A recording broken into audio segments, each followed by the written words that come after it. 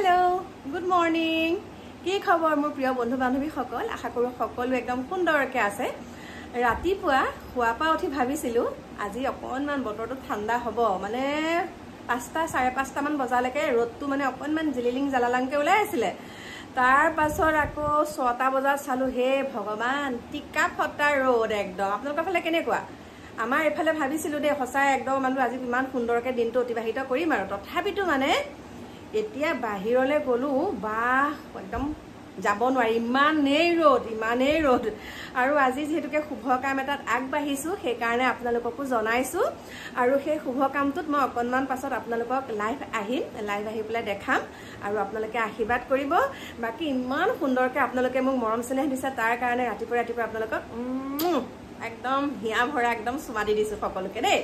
আৰু লগ পাম এতিয়া এক্সাৰসাইজ কৰিলো 1 ঘন্টা কৰি পেলাই একদম গা পা ধুই এতিয়া এয়া গৰম পানী খাবলৈ লৈছো গতিকে আপোনালোকেও নিজৰ স্বাস্থ্যটোৰ প্ৰতি যত্ন ল'ব আৰু দেখিছানে না এতিয়াও মই একদম ফিট হৈ আছো ধেমালি কৰিছো ফিট হৈ থকা নাই কিন্তু মানে মই একদম হাঁহি ফুৰ্তিকে থাকো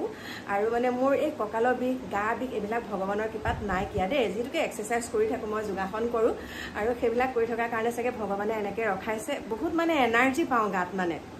নে আপোনালোকে চাগে মোৰ ভিডিঅ'বিলাক দেখিলে গম পায় মানে মই এনেকুৱা বহুত দূৰ জাৰ্নি কৰাৰ পাছতো মানে ঘৰত আহি প্লাই একদম ধুনীয়াকে ফ্ৰেছ হৈ যোৱাৰ পাছত আকৌ মানে যাব পাৰিম তেনেকুৱা ধৰণৰ মানে মোৰ একদম পুৰা ষ্টেমিনাৰ পাওঁ আৰু হেতু হৈছে কি জানেনে নিজৰ মানে হেৰিটো আৰু শৰীৰটোৰ কাৰণে নিজে যিখিনি বস্তু প্ৰয়োজন সেইখিনি মানে আপোনালোকে নিজে ভাল বস্তু খোৱাটো কথা কোৱা নাই বিশেষকৈ আপোনালোকে পানী খাব আৰু মনটো ফুৰ্তি কৰি ৰাখিব একো ডিপ্ৰেছনত নাথাকিব মানুহৰ জীৱনলৈ দুখ সুখ আহে আৰু হয় আপোনালোকে দুখখিনি অকনমান একাষৰীয়াকৈ থব সুখখিনি অকনমান নিজে আনিবলৈ চেষ্টা কৰিব তাৰ পিছত চাব জীৱনটো একদম ৰঙীন হৈ পৰিব গতিকে মোৰ প্ৰিয় বন্ধু বান্ধৱীসকল লগ পাম আপোনালোকক একদম মোৰ নতুন ভেটিৰ পৰা এতিয়া বাই বাই